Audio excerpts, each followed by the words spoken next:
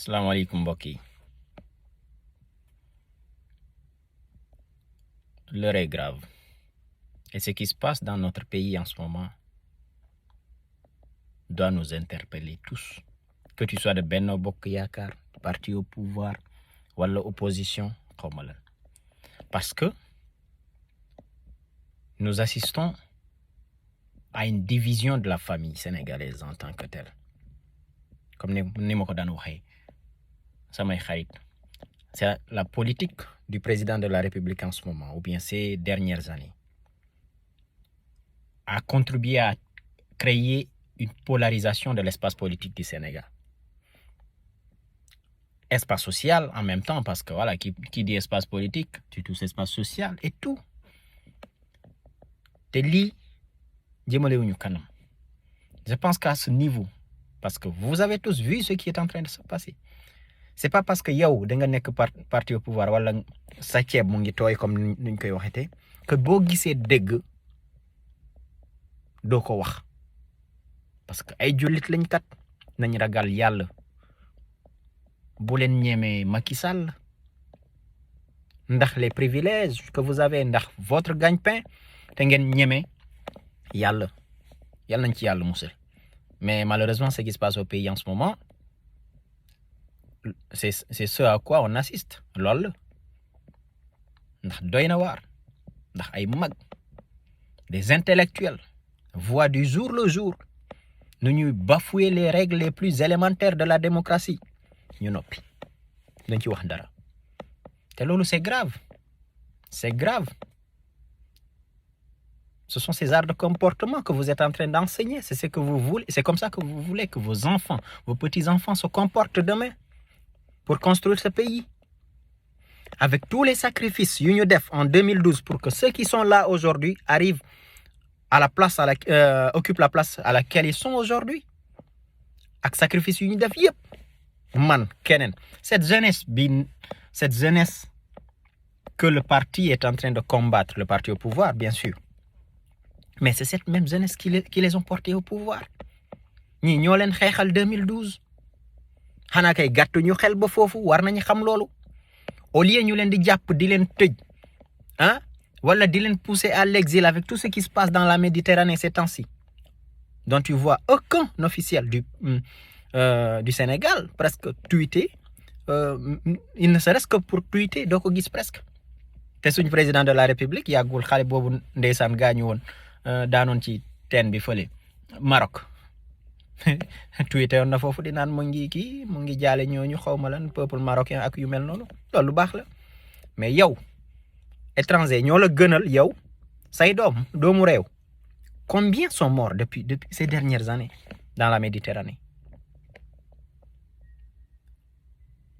Je pense que trop c'est trop.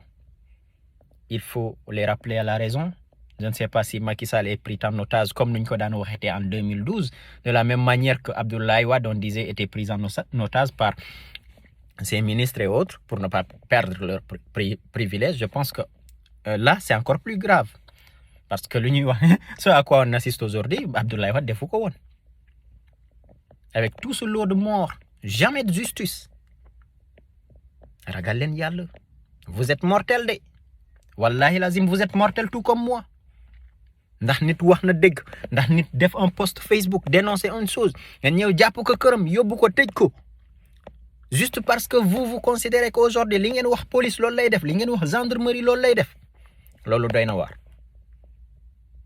delloo si leen seen xel te xam ne àddina dafa gudd tànk te xam ne encore une fois poste yi ngeen occupé tey, cette jeunesse bi ngeen nekk di combattre tey moo leen ko jégleel. ñoom ñoo leen votel, ñoom ñoo leen campagnal ba ngeen yegg fu ngeen nekk tey. Donc rendez à César ce qui appartient à César. Regarde tous ces politiciens qui sont là aujourd'hui, avec tous les enfants qui sont en train de mourir, ces jeunes qui sont en train de mourir dans la Méditerranée. Mettez-vous à la place de ces mamans, de leurs parents. Bu fekkoonte ne par exemple président de la République tey bu dara daloon Amadou Sall wala yeneen doomam wala ministre de l'intérieur wala yeneen ministre seen doom ku ko laaloon tey wala ku ko gaañoon tuuti mettit boobu ngeen di am xëy na bu ko raw la ñuy nekk di daj fu mu ne nii les parents des victimes.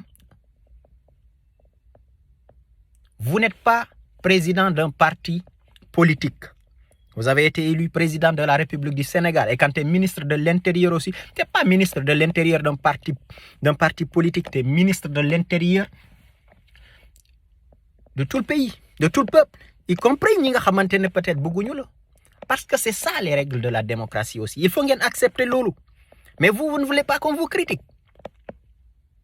Pourquoi? Vous êtes des dieux ou quoi? C'est incroyable. Man j'ai peur parce que man campagnal naa leen comme des millions de jeunes yi fi nekk tey yoo xam ne ils sont pas d'accord avec vous mais ku génn wax ngeen jàpp ko rek rap tëj. C'est incroyable. Revoyez votre politique. Bon sang, revoyez comment vous vous comportez. Ay jullit ngeen wala bokk na ngeen wax ne ay jullit ngeen mais comportez-vous comme des musulmans. Ndax ce qui se passe aujourd'hui est grave. Bah, des décisions de justice, vous appelez les gens à respecter la justice alors que vous-même, vous ne respectez pas la justice. Ngeen digle sangu te seetu leen. C'est grave. Vous savez, à un moment donné, il faut sortir de ce débat. C'est pas une question de Sonko, je ne sais pas, de Khalifa ou de je ne sais qui. Quand il s'agit de dire le droit, il faut dire le droit. Bu dee wax dëgg bu jotee nañu wax dëgg.